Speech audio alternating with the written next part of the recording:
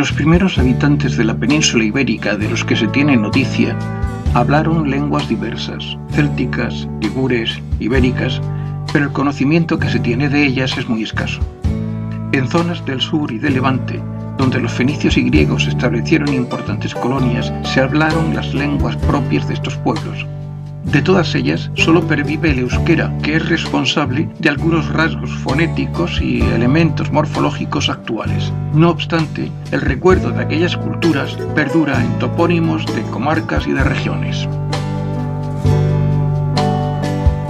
La derrota militar de los cartagineses ante los romanos, finalizando el siglo II a.C., supone la adhesión del territorio al vasto imperio que controla Roma y la inmersión impuesta o interesada de la población en su cultura, costumbres y lengua.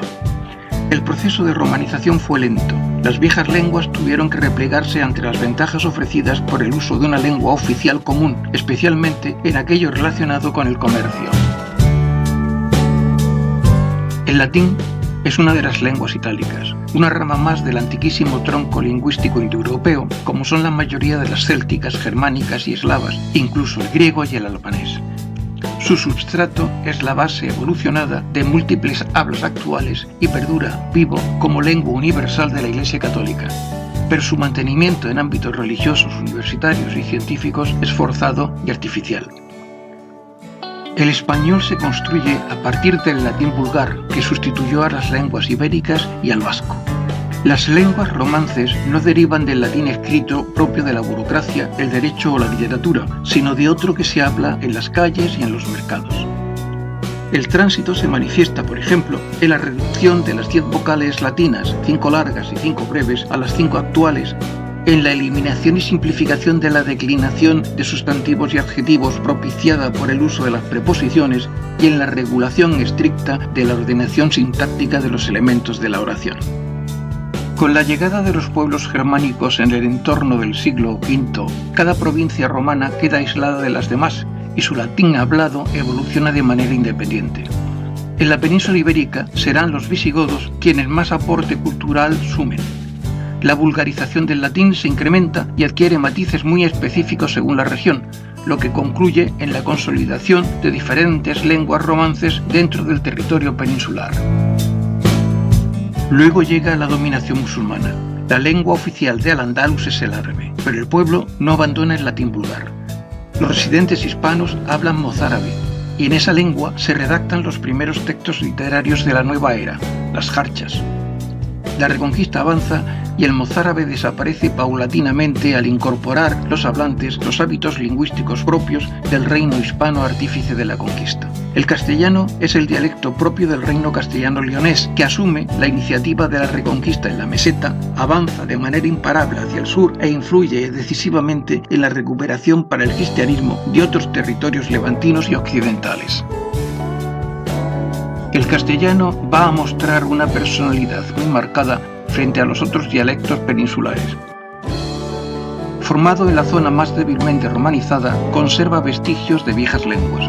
A medida que Castilla aumenta poder político y territorial, enriquece su lenguaje con la incorporación de vocablos y rasgos propios de las zonas musulmanas reconquistadas. Se calcula que nuestra lengua conserva a día de hoy hasta un 8% de arabismos. El paso de dialecto a lengua se produce cuando se utiliza como herramienta de creación literaria. Las glosas silenses y las emilianenses del siglo X, anotaciones en romance a textos en latín y el cantar del Mio Cid son sus primeras manifestaciones. Pero el momento decisivo de la unificación y fijación del castellano llega en el reinado de Alfonso X el Sabio. Las obras literarias y científicas concebidas en su corte son de carácter culto, pero no se difunden en latín, sino en castellano. Su utilización en registro culto enriquece vocabulario y expresión y empieza a producir obras literarias de importancia universal que llevan a la cima de la literatura a esta lengua. Son muestra de ello autores como Garcilaso de la Vega, San Juan de la Cruz, Cervantes, Lope de Vega, Góngora, Quevedo, o la publicación de obras de la altura de El Lazarillo de Tormes, La Celestina o el ingenioso hidalgo Don Quijote de la Mancha. La toma de Granada y el descubrimiento de América, así como la publicación de la primera gramática castellana de Antonio de Nebrija, favorecen la propagación del idioma que llega a erigirse en la lengua diplomática por excelencia hasta el siglo XVIII. Es en ese tiempo cuando se identifica el término español con el sinónimo de castellano. En 1713 se funda la Real Academia Española, que se impone la tarea de fijar el idioma.